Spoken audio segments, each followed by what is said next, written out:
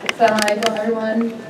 Thank you, Nina, thank you to the MICA board for having me, for allowing me to speak about the great personality of Fatima al-Zahra alayhi salam. Before I begin, I wanted to just let you know I've been traveling for a week. I'm a little bit sick, so please bear with me as I try my best to elevate the discourse that we have surrounding Lady Fatima, because if there is anyone who is worthy of a higher level of discourse, surely it is the Lady of Light, Fatima.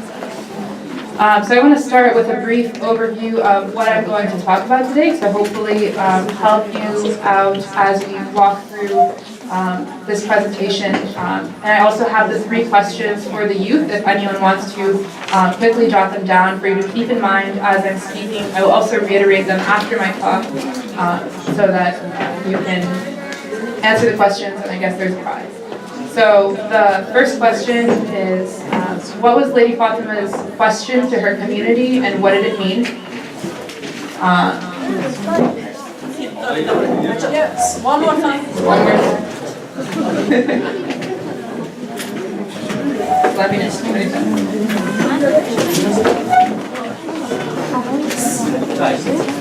Okay. Alright, so the first question is, what is Lady Fatima's question to her community, and what does it mean? The first question.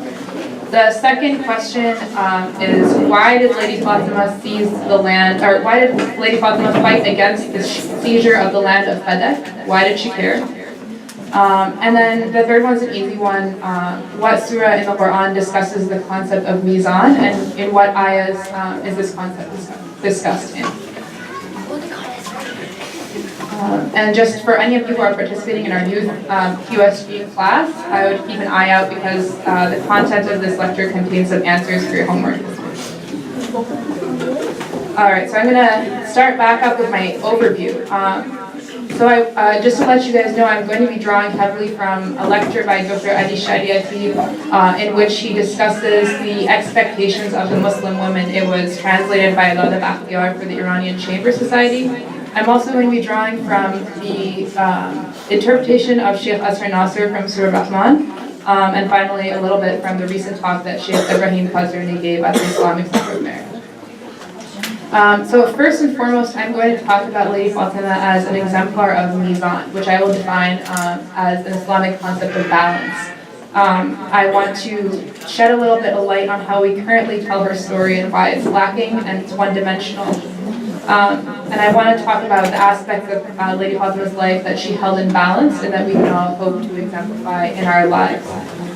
Secondly, I want to talk about 2 important social forces that are pulling the modern American Muslim in 2 separate directions.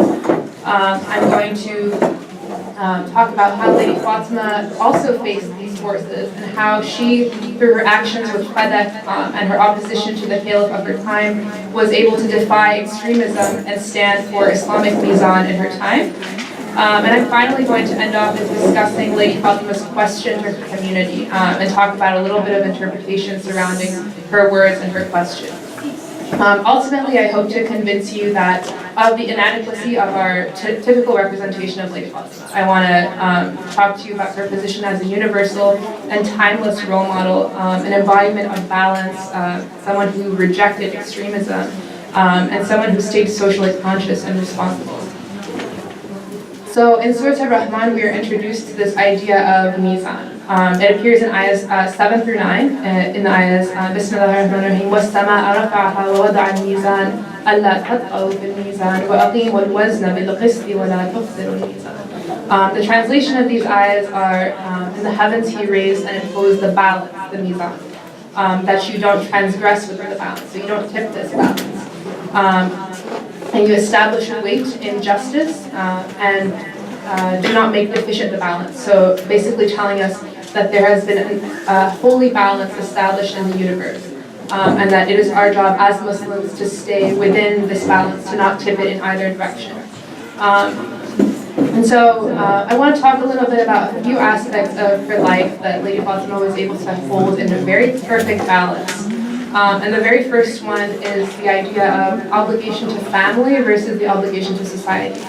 If there is anyone we can look to in the light of raising the best family possible, it's Lady Fatima. Dr. Adi Shayati points out that Lady Fatima entered the household of Adi, which was lacking everything except for poverty and love. And she left it with the most radiant household in the history of humanity. She raised amazing children who went on to be forces of social change in her society. She, along with her husband and children, were forces of timeless impact on the Muslim community and the human community as a whole. So on the one hand, Lady Fatima is in her home and she's raising an impeccable household.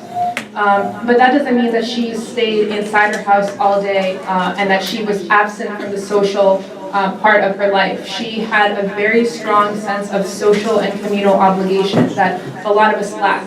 A lot of us feel that if our own family is fed and happy and we have a stable job, that we don't have a communal obligation to our brothers and sisters, be they Muslim, non-Muslim, be they Native American or Black, to the social struggles that are going on around us. Whereas Lady Fatima was the exact opposite of this sense of individualism. She embodied an idea of social commitment to every single person around her that she held in balance with the way she treated her personal and family. So I'm going to talk about this aspect in a little bit further detail, and that's the aspect of social decision making. So we have a lot of forces around us today that are pulling us in wildly different directions. Lady Fatima, as I would hope to establish in this lecture, was the ultimate embodiment of rejecting extremism, be it liberalism or conservatism, be it being forward-thinking or backward-thinking, the promises of the future or the promises of the past. And Lady Fatima lies squarely in the middle with embodying timeless Islamic values of morality and justice. So before I get into those social forces, I want to talk a little bit about how we portray Lady Fatima today. Think about a story that you know about Lady Fatima. Think about how you picture her if someone says her name. And too often we picture her as a victim, as someone who was suppressed and oppressed, who was only relevant during the time of her death when she was tragically killed. Someone who was submissive to her father or her husband or the obligations of her family at the expense of every other aspect of her life. Fatima is often seen as a lady who is in mourning for her entire life, mourning the losses of her community and her family, whereas Dr. Ali Shayati calls Islam a living, breathing collection of values and ideas. And he calls the Ahlul Bayt and Lady Fatima as an extension, an embodiment of living, breathing values and ideas that defy time, that defy objectification. And I want to point out to us, the subject of female objectification in our society is a hot topic. The way that we portray women in the media, for example. And I would like to argue that the way that we portray Lady Fatima in our traditional narratives of her is a form of objectification. Because Lady Fatima is not someone who existed for one period of time, for example, when she was dying, or one period, or one place, for example, the household. Lady Fatima is a timeless example for all of humanity. So we do her an injustice by reducing her struggles and her morals and objectifying her in one-dimensional black and white sort of image. So I want to discuss the idea of social decision-making in greater depth as it relates to our current situation as American Western Muslims. As we all know, there's a lot of crazy things going on in our world, and it's often hard to imagine that we can relate our struggles back to those of the Ahlul Bayt, because in our minds they existed in a simpler time. They existed, 1,000 some odd years ago, where the social forces were sort of more clearly defined, whereas we feel as if we're in uncharted territory as Muslims. We feel as if we're facing new challenges, new struggles. And so my goal here, by discussing some of the social forces that we fall victim to, and the ones that Lady Fatima had to deal with, that I can draw a parallel between our lives, our struggles, and her struggle, and to hopefully convince us that these role models are timeless and they deserve to be treated as such. So here again, I'm drawing heavily from Dr. Shayati's lecture. So the first force, I'm going to talk about two forces here. So the first force I want to talk about, on the one hand, is a new wave of scientism, of false modernity. So people telling us that the intellect should trump religion at every turn, that it should logical argumentation, what we call neoliberalism, the science, the ideas of apathy and self-indulgence, basically selling us the idea that the individual and the needs of the individual reign over everyone else's values. So this force tells the young people that they should indulge in their needs. It sells us ideas of sex and violence and fills our media with thoughts that make us want to indulge in ourselves and only ourselves. Oftentimes as university students we face these struggles in our philosophy and psychology classrooms where we are fed logical ideas that embody Aristotelian logic or Platonian logic, but are not parts of the moral sensibilities of a modern individual. So here on the one hand we have a new wave of modernism that is often at odds with our religious sensibilities. The second force I want to talk about is a little bit better recognized, and that's the force of ancient cultural tradition. So to us, a lot of the practices that we embody as Muslims, it's our duty to separate them from the cultural pretexts that came before our religion. The way that women are treated before Islam is something that was carried into the Islamic time and after by cultural traditions and cultural standards. The way that women are treated in a lot of the East with violence and intolerance is a cultural standard that is directly opposing the prophetic model that our prophet embodied when he was dealing with his family. And yet we carry it on in the guise of culturalism. And oftentimes we don't even recognize, we're not even good at distinguishing between culture and religion. And so we have two forces here that are pulling the modern American Western Muslim in opposite directions. And here, one important thing to note is that in different ways, but in similar means, or rather ends, these two forces objectify women. How do these two forces objectify women? In the modern sense, women's bodies are objectified. When we want to sell something, we slap a female body onto it, for example, car advertisements, or anywhere else in the media. The female body is objectified by neoliberal modernism. In the same way, the female is objectified in cultural, ancient, outdated concepts. How so? The female is objectified here as one-dimensional, as a mother, as submissive, as an object to be commanded or pushed around or abused, someone who only serves the function of motherhood or being a wife, who is not allowed to take an active role in every part of her society. So it's important here to note that although these extremes are vastly different, they're both extremes, and they both serve to objectify the female in ways that they share, even though they seem like they're very polarized opposite things.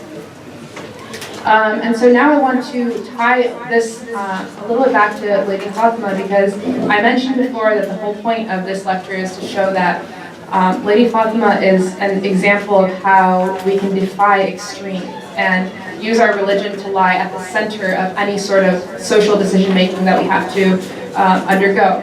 And so, using the example of Fatima's struggle with Fadek, I want to talk about the social forces that existed at her time, and I want to talk about how they're similar and what Lady Fatima did to defy them. So I'm sure you're all a little bit familiar with the story of Fadek, but I want to share a little bit more because while I was researching, I learned some stuff that I didn't know that was actually pretty important in the grand scheme of things. So the history of Fadek is that Fadek is a small piece of land near Khaybar, and the people of Khaybar were defeated in battle by the Prophet's army, and they were forced to surrender their land. And upon seeing this, the people of Fadek decided to freely surrender their land. And in Islamic law, if a people decide to freely surrender their land to the Islamic army, that land goes to the Prophet directly. So it doesn't belong to Beit al-Mal, it doesn't belong to the people, it belongs to the Prophet of Islam. It is his direct property.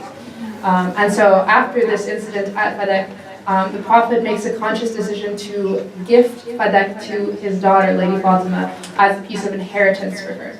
So this is a small farm, and for a few years there, she uses the profits off of the land to help the community, to help the Ummah, because again, she had a strong sense of social responsibility.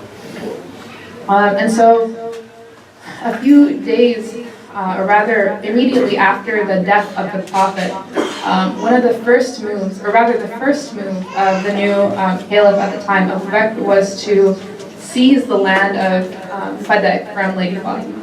I want to open a little side note here, because when I was thinking about this, it struck me how much of a threat Lady Fatima must have been to this caliph, that the first action he took was to seize her land. Imagine if a new president comes to power, we don't really have to stretch our imaginations too far here, but if a new president comes to power, the first things he slashes from his policy are the things that he or she feels most threatened by. So here we imagine a woman who is no more than 18 years of age maximum, who owns a small piece of land. And how threatening must she be politically that the first action of the caliph of the Islamic Empire at the time is to seize her land? I want you to think about that a little bit, because it gives us a fuller picture of who this woman really was. Was she really just a mother? Was she really just a mourner? So, on the one hand, remember we talked about two forces. We talked about the force of neoliberal modernism in our society, and we talked about the ancient forces of cultural values. And again, I want to talk about here that Lady Fatima faced similar forces in her time. At the time, Abu Bakr did not try to seize Fadak as a military act. He did not come in with an army and try to take it from her by force. He used logical argumentation to justify the seizure of Fadak. What did he say? He used a hadith that he had, essentially made up and said that I have heard this narration from the Prophet, and the narration is that prophets are not allowed to have inheritance. So he uses this logical argumentation, which on the surface makes sense. Like, okay, you heard the Prophet say this, that's the definition of a hadith, right? So it must be sound in some way. So this is the force of logic that's on one side, is the force of the new age, right? The new caliph is in town, he has this new hadith, this is his new logic. So on one hand, Lady Fatima is pulled this way and sort of compelled to go with the flow in the way that we oftentimes are when we're faced with neoliberal ideas. On the other hand, we have to remember that Lady Fatima lived at a time where there wasn't much time between her time and the time of Jahiliyyah. And the time of Jahiliyyah was characterized by the burying of infant girls, the absolute denial of any sorts of rights to women. So when we talk about old cultural standards, that's like the epitome of the objectification and degradation of women in society. So she is not living long after, just a few decades after the time of Jahiliyyah. So in the same way that we have these forces pulling us in different directions when we try to make social decisions, Lady Fatima also had these forces. And a note about the force of logic, because we all know that, who's heard the expression, hindsight is 20/20? Can I raise your hands? Who's heard this expression? Hindsight is 20/20. So when you look back on a historical incident, right, like for example, this whole concept of Fadak, it's very easy for us to sit here and think, okay, this is an unjust ruler, so it makes total sense for her to stand up and oppose this. It makes total sense for us to say, wow, the things that were perpetrated in fascist Europe, like what was perpetrated under Hitler to the people of his time was very, it was illogical, it was immoral. And hindsight is 20/20, meaning that when we look back on events, it's very easy for us to say, oh yeah, that's so obvious, this is wrong. But I want to talk to you about the power of logic when it's in your face, because if we really think about it, in times of great oppression, like the time of Jim Crow laws in the United States, the time of slavery in the United States, and the time of Hitler in Germany, and the current political atmosphere of the United States, there are very few people that actually have the courage to speak truth to power, especially when it's logic justified by a powerful force. At the time, this was the most powerful force in Lady Fatima's society, so you have to imagine the position she was in, where she was being fed a seemingly logical, seemingly Islamic argument, and she had the power to stand up to false logic. And I ask all of us in this room today, do we have the strength to stand up to false logic? It is not a simple matter. So again, I go back to the two forces that are pulling Lady Fatima in opposite directions. One is this compelling force of logical legitimacy in the caliphate position, and the other is the ancient roles of Jahiliyyah, which are telling her as a woman that she should stay in her home, that she has no place in the social or political atmosphere of her community. And we see these two forces in our own lives as well. So what does Fatima do in response to Fadak, and why does she do it? So when her rights are seized in Fadak, when her land is seized, we might think, okay, why would she care, right? Because we know from our example of Lady Fatima that this is the woman who fasted for 3 days and nights because her community didn't have enough to eat without breaking her fast. This is the woman that gave away her wedding dress on the most auspicious occasion in her life, which was her wedding. So this is not a woman who is acting out of entitlement. She doesn't want Fadak because it's a farm or she wants the money, right? She wants Fadak because Fadak is a statement. Fadak is a social movement of opposition to unjust power. And she kicks off, with Fadak, she kicks off the revolution of Hussein 50 years later. This is a series of events that is put into action by a woman. Imagine this. So what does Fatima do in response to Fadak? 10 days after the loss of her father, which is one of the most tragic events in this young woman's life. When I say young woman, I really do mean young woman. I, standing in front of you, am older than Lady Fatima was at the time of this event. So 10 days after the death of her father, Lady Fatima walks into the masjid, which is occupied by Abu Bakr and his closest companions at the time. And she stands loud and proud, and she delivers an earth-shaking sermon to the face of the Islamic caliph at the time. This is like the leader of their free world, right? And what does she say? She doesn't walk in there with, illogical argumentation or talking about how her father was this or that. Lady Fatima walks in with an incredibly eloquent sermon. She discusses ayah after ayah of the Quran where she talks about inheritance. She says, she talks about the relationship between family members, and she talks about how close family members are to each other. She talks about the idea of prophets inheriting one another. And she brings verse after verse after verse of the Quran in the face of this powerful leader who is presenting her with false logic. And she uses moral Islamic argumentation, succumbing to neither the left or the right, as she delivers her rebuke to the seizure of Fadak. So what Fatima did not do was play into the politics of fear, because certainly at the time there was definitely a lot of fear politics going on. There was a lot of intimidation, just as there is now in our political atmosphere. And Fatima did not succumb to the politics of fear. She did not succumb to the political rhetoric of her time. In some ways, she rejected the falsehood of the mind, the aql, and took refuge in the constancy of the heart. Because in some matters, the mind can be manipulated. How many times have we lied or done something wrong and then justified it with our minds? The mind is very good at rationalizing false or immoral actions, whereas the soul is a different matter. It's not easy to have your whole soul buy into falsehood. The soul is a source of constancy, and I hope that we can take this away from Lady Fatima, is that to tune into the ways of the Ahlul Bayt is to tune into our own constant fitra, to tune into the forces that are within us instead of the forces that are without, that are pulling us in different directions. And so here we can see that Fatima brought awareness with her everywhere she walked. She lived in a full state of awareness, in a full state of being without ego, with being fully in tune to her surroundings all the time.